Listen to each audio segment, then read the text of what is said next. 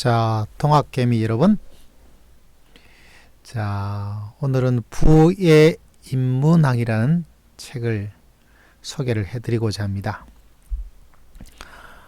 우석이란 제 여자는 돈을 모으는 부자에 대한 이야기들을 그냥 기술적인 부분에 대한 것보다 인문학적인 고찰을 통해서 그 인문학의 기초를 해서 어떻게 돈을 부자가 되는 책의 작은 제목처럼 그 서재에서 찾아낸 부자의 길, 노벨상이 검증한 절대 실패하지 않는 그런 부의 법칙이다. 노벨상을 받으신 분들의 어떤 인문학적인 통찰을 통해서 어떻게 돈을 모을 것인가. 나는 이렇게 돈을 모았다. 이런 내용들이 이 책에 담겨져 있습니다. 단지 기술적인 차원보다는 이런저런 경제학자들의 이야기를 통해서 그것이 자기 자신의 재산을 증식시키는 그런 접근을 하고 있는 것이 이 책이 가지고 있는 그런 목적인데요. 과연 인문학적인 것이 올바른지 또 그것이 얼마나 도움이 될지를 한번 살펴보고자 합니다. 전부 다를 다루기엔 좀 많은 분량이기 때문에 좀 몇 가지를 이야기를 해보고자 합니다. 내 전망이 들어맞은 것은 신기가 있어서가 아니라 경험과 생각에서 나온 것보다는 거인의 통찰력을 빌렸기 때문이다. 나의 거인은 역사 속에 살아있는 경제학 거장이다. 경제학 거장에 대한, 그래서 많은 경제학 거장에 대한 이야기를 하고 있습니다. 그래서 인문학적 배경을 갖춘 부동산 전문가가 되었다. 주로 부동산을 통해서 많이 돈을 번 것 같아요. 책 제목인 것처럼 거인의 어깨에 올라서는 것, 칼 포퍼, 조지 소로스에 대한 이야기도 나오고 있고요. 멍거의 칸트 철학도, 데카르트 철학에 대한 이야기, 소크라테스 철학에 대한 이야기, 이렇게 구성이 되어져 있습니다. 그와 반대에 노예의 삶을 선택한 사람들에 대한 이야기가 나타나고 있어요. 전략적 사고가 없는 것에, 또 선의로 포장되어 있는 것에, 시장은 도덕적인 기준으로 보상하지 않는다. 도시를 파괴하는 것은 임대료 통제 정책이다. 경제 민주화는 경제 침체를 가져오는 첩경이다. 뭐 이런 여러 가지 이야기들을 하고 있습니다. 부동산 가격을 움직이는 것, 서울 부동산 양극화, 서울에 투자하라, 서울 중에서 핫한 곳에 투자해라. 이런 이야기들이 나타나고 있는 것을 바라보게 됩니다. 마지막에 주식에 대한 이야기가 나타나고 있더라고요. 주식에 대한 여러 가지 이야기들, 뭐 이런저런 이야기를 통해서 그런 모든 것이 인문학적인 바탕에 의해서 하고 있다. 이런 이야기를 조금씩 하고 있습니다. 투자의 길을 만드는 부의 법칙, 강남에 못 살아서 왜 안달일까에 대한 통찰력, 인문학적인 통찰력들이 나타나고 있습니다. 파레토의 법칙, 20대 80의 법칙을 이용한 투자, 이런 이야기도 나타나 있어요. 자본주의 이 게임에서 승리하는 법에 대한 이야기들, 피게티에 대한 이야기도 나타나고 있죠. 다른 책에서보다는 이런 유명한 경제학자들에 대한 이야기들이 많이 나타나고 있습니다. 현재 미중 경제 가운데서 우리가 어떻게 시장에 해야 될 것인가, 이런 이야기들을 하고 있고, 마지막으로는 투자에 성공하려면 원시적인 본능을 극복을 해라, 이런 이야기를 하고 있는 그런 책입니다. 이분은 진보주의보다는 보수주의에 해당되어지고, 그리고 보수주의 학자들에 대한 이야기를 통해서 본인의 이야기를 하고 있습니다. 일부분은 맞는 이야기고 또 일부분은 억지적인 이야기를 하고 있는 것 같은 느낌을 가지게 되었습니다. 자, 이분이 가진 인문학, 철학에 대한 이야기들을 먼저 살펴보고 이야기를 한번 들어보도록 할까요? 자, 그 가운데서 가장 주목받을 수 있는 것은 처음에 다른 것이 아니라 서론 부분을 통과를 하고요. 그 다음에 칼 포퍼 덕분에 세계적인 부자가 된 조지 소로스. 조지 소로스에 대한 이야기들은 많이 들어본 것 같죠. 잘 아실 겁니다. 근데 이분이 칼 포퍼란 사람 때문에 이렇게 세계적인 투자자가 되었다라고 이야기를 하고 있습니다. 다른 것보다는 칼 포퍼가 이야기하고 있는 것은 과학 법칙조차도 옳다는 것을 인정할 수 없다. 과학 법칙조차도 검증 과정을 통해서 틀렸다고 기각되지 않은 하나의 가설에 불과하다라는 이야기를 칼 포퍼가 하고 있나 봅니다. 과학의 법칙이 맞다, 절대적인 진리는 아니고 이 틀리지 않은 것이다 라는 정도라는 거죠. 이것을 이제 오류성과 재기성이다. 사람이 가진 오류성에 대한 이야기들 틀릴 수 있다는 것을 이야기하고 있습니다. 재기성이란 서로 영향을 주고 받는다라는 이야기를 하고 있고요. 이 칼 포퍼의 이런 이야기를 통해서 어떤 결론을 만들게 되었냐면 투자자의 착각, 오류가 일어난다는 사실이죠. 투자자의 착각. 그래서 사람이 어떤 투자에 대한 착각을 하고 있으니까 그것을 투자에 활용하는 것, 이런 이야기를 하고 있는 것을 바라보게 됩니다. 소로스는 거품은 수익을 낼 수 있는 기회로 보한다. 거품이 있는 곳에 무슨 투자를 하느냐라고 이야기를 하고 있는데 실제로는 소로스는 정반대인가 봐요. 이것이 좀 일반적인 투자의 이야기와는 좀 다른 그런 내용을 담고 있습니다. 좀 놀랍죠? 자, 그 다음에 또 우리가 살펴보게 된 것은 멍거의 든든한 뒷배가 되어준 건 칸트라고 이야기를 하고 있어요. 이거 뭘까요? 칸트하고 멍거가 무슨 상관이 있을까요?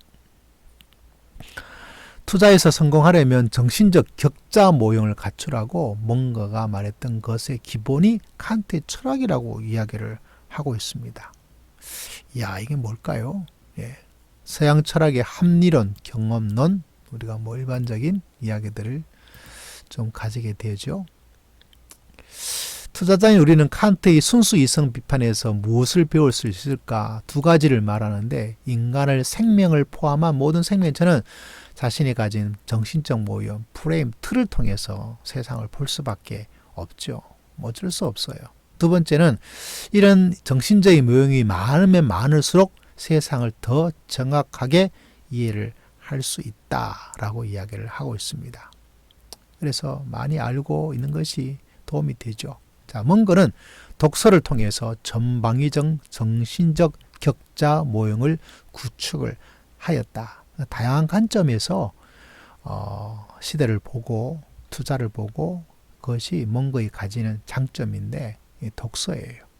대부분 투자하시는 분들은 책을 많이 읽어야 된다.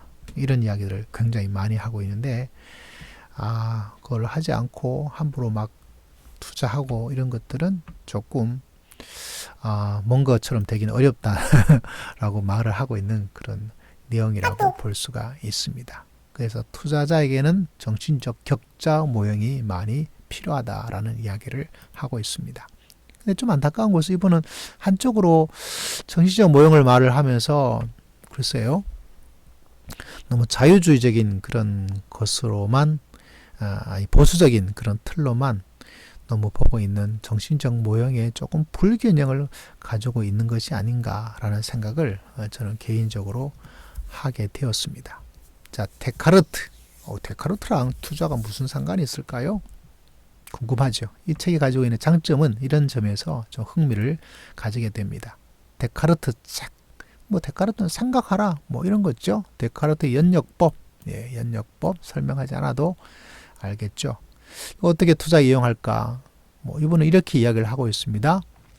주식 투자에 관련해서 공부하는데 실전 투자자의 책을 읽고 너의 것으로 그 투자의 노하우를 만들고 적용을 하는 것, 이런 이야기를 하고 있습니다.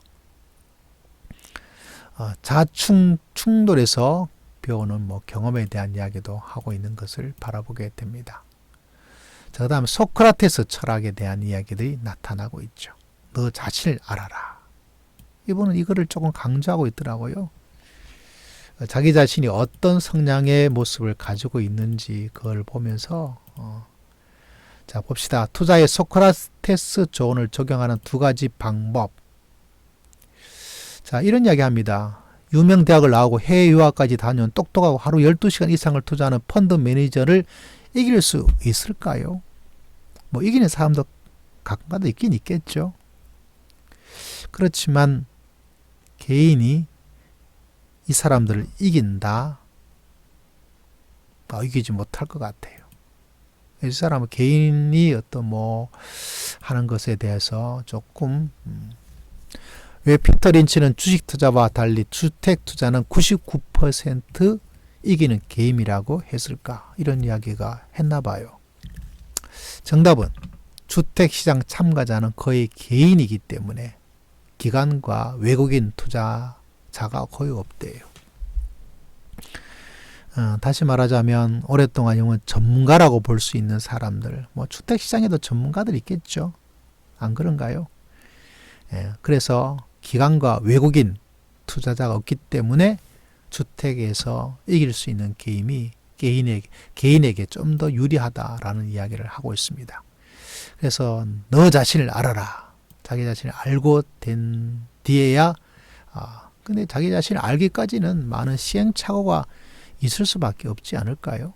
이분도 뭐 많은 실패를 했다 이런 책의 내용도 있고 뭐 날렸다 이런 내용도 있고 실전 투자에 대한 이야기가 나타나고 있는데 그 과정이 있었기 때문에 자기 자신을 알게 되는 그런 방법. 어쨌거나 시행착오 좀 줄이려면 많은 독서와 정신적인 모형을 많이 가지고 있겠죠. 자기 자신을 알면서 자기는 투자자가 아니고 트레이더에 가깝다.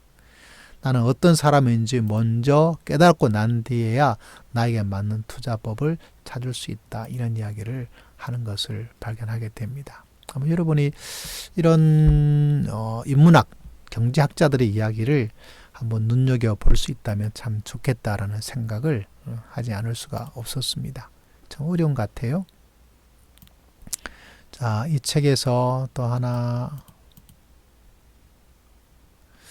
지옥으로 가는 길은 선의로 포장되어 있다 이런 이야기를 하고 있습니다.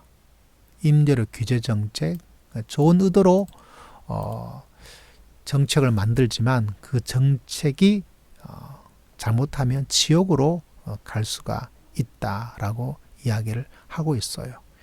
선의적인 어떤 일들이 천국으로 인도하기도 하지만 종종 반대다. 근데 이번에 보수주의자이기 때문에 임대료 규제 정책에 대해서 굉장히 반대를 하고 이건 별로 지옥으로 가는 것이다 라고 강력하게 주장을 하고 있습니다. 그렇지만 어려운 사람들에게는 그 규제 정책이 천국이지 않을까요? 가지고 있는 사람들에게는 그 임대료 규제 정책이 아닐 수 있고 이건 논쟁은 뭐 학자들이 계속 하고 있는 것을 언론을 통해서 바라보게 됩니다. 또 하나 이야기를 하자면 이분이 하이에크에 대한 이야기를 많이 하고 있더라고요. 경제 민주화가 경제 침체를 가져온다. 하이에크는 경제 민주화를 우려했다. 망하는 지름길이다 라고 이야기를 하고 있습니다. 근데 이 경제 민주화가 뭔가 경제를 민주적인 방식으로 운영한다라고 이야기를 하고 있는데 이거는 경제 민주화가 뭔지에 대해서 이분이 잘못 이해를 하고 있는 게 아닌가. 저도 경제 민주화가 저런 의미를 가지고 있는 것인가 라고 생각해서 인터넷에서 검색을 해보니까 실제로는 경제 민주화가 다수결로 결정을 한다는 그런 내용은 어디서 나왔는지를 잘 모르겠어요. 경제 민주화에 대한 이야기가 왜 그런지 실제로는 좀 다른 이야기를 하지 않을 수가 없습니다. 한국 경제 용어에 보면 경제 민주화, 자유시장 경제 체제에서 발생한 과도한 빈부격차를 평등하게 조정하자는 용어인데 이렇게 되어 있잖아요. 근데 이분은 다수결로 정한다라고 이야기를 하고 있습니다. 이 경제민주화로 말미암아 또 영향을 받아서 레이건 그리고